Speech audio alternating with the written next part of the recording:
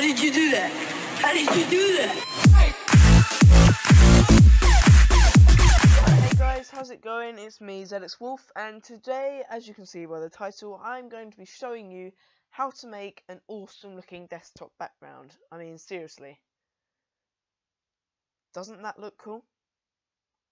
So, stick around and it will take you about 4, maybe 5 minutes, and then you're done and you've got an awesome looking background. So, let's get started. Go to File, New. Set your width to 1920 and your height to 1080 pixels. Have a resolution of about 300 is what, well, I like to have 300.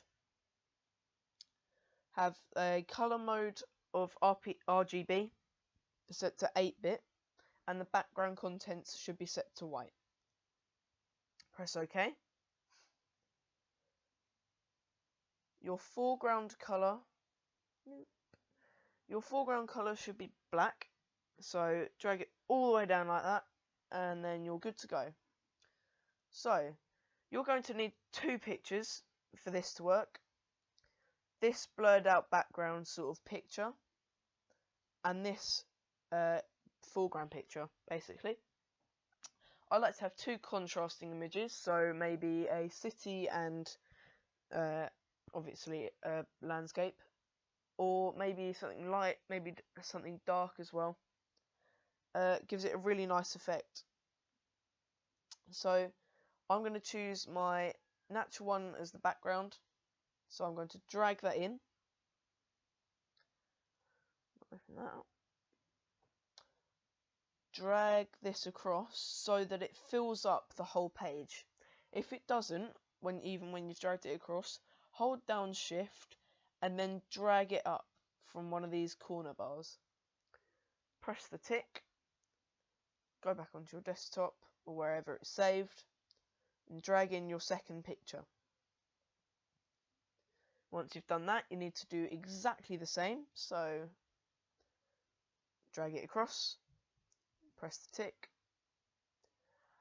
and then what you want to do is hide both of those, because we're going to leave them alone for a while, and we are going to make these shapes like the ones I've got here, so these ones, to have your foreground picture in.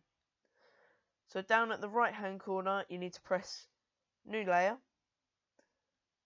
press this tool, so I'll just press Control Z to get rid of that. Hold down on this option and press Rectangle tool. Make a shape that you want to have in the middle. I think I might make mine a little bit shorter, maybe a little bit wider as well. That looks good. And then up here, can you see this? Yeah, 45 degrees. Just type in 45 and it'll rotate it 45. If you don't already have these rulers set up, go to View and Rulers, click on it, or press Ctrl R. Then drag down from those rulers to find the center. It should snap into place when it finds it. And then you want to press Ctrl T again, or just use the Move tool to make sure this little dot in the center lines up exactly in the center of where these 2 lines cross. Once you've done that, press the tick, and then we can get on to make our other ones. So I'm going to have mine thinner, about that length. I'm going to press Ctrl T, 45 degrees. Obviously you can do this with whatever shape you like. I love having the rectangles though, I think they look really cool. And then once you've done that, position it until you think it looks good, and then right click on it, press Duplicate Layer, OK, and then select the Move tool and move this one so that it looks like it is in the same exact position as the other one. So I'd say probably, yeah, about there, I reckon, so that it looks sort of not like symmetrical, but you know what I mean. And then you need to go down to the bottom once you've finished all of that, to the bottom right hand corner, and create a new group. So it should be called group 1. Click on this shape, hold down shift and press the bottom of those shapes, drag them up into the group, so now they are all part of the group. And then what you need to do is whatever picture you want to have here, you need to drag that to the top. You need to make sure it's at the top, otherwise this won't work. Right click on the group, press convert to smart object, right click on, actually you need to be able to see these to see what's happening. Right click on city and press create clipping mask. So as you can see, the city is now there. You can change it by using the move tool and just dragging it in the shape. I quite like it like that. And that's it. That's everything. So what did that take you? About 3 or 4 minutes? Maybe a bit longer because you've been watching this? I don't know.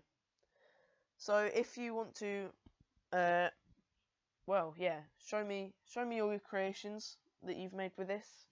Make sure you have fun with it. You can do quite a lot with it. And just make sure you save it. It's easier to do it to the desktop. So go like that. Set it to PNG. I think that's the best one for what it is. And then just name it something. So GH, whatever. I don't know. Save. Okay. And just wait. And there you have it. There is your background. All you need to do for there on Windows 10 is just to right click on the desktop, select personalize, go to personalization, obviously, go to background, picture, make sure that's set to picture, and then browse for your picture. There you go. Go into desktop.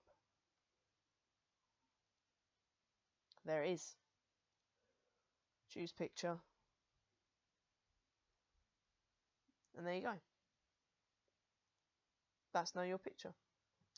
Another option though is to go onto your picture, go to filter, hold on, filter, go to blur and just select Gaussian blur. Make sure the radius is 5.0 because that is obviously how you should have it. So filter, blur, Gaussian blur,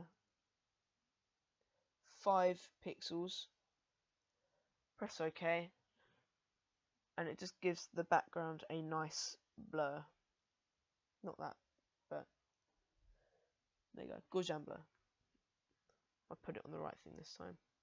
There you go, so it's now blurred. You've got focus on the main thing.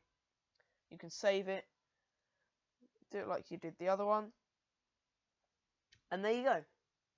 That is all you need. Done. All done.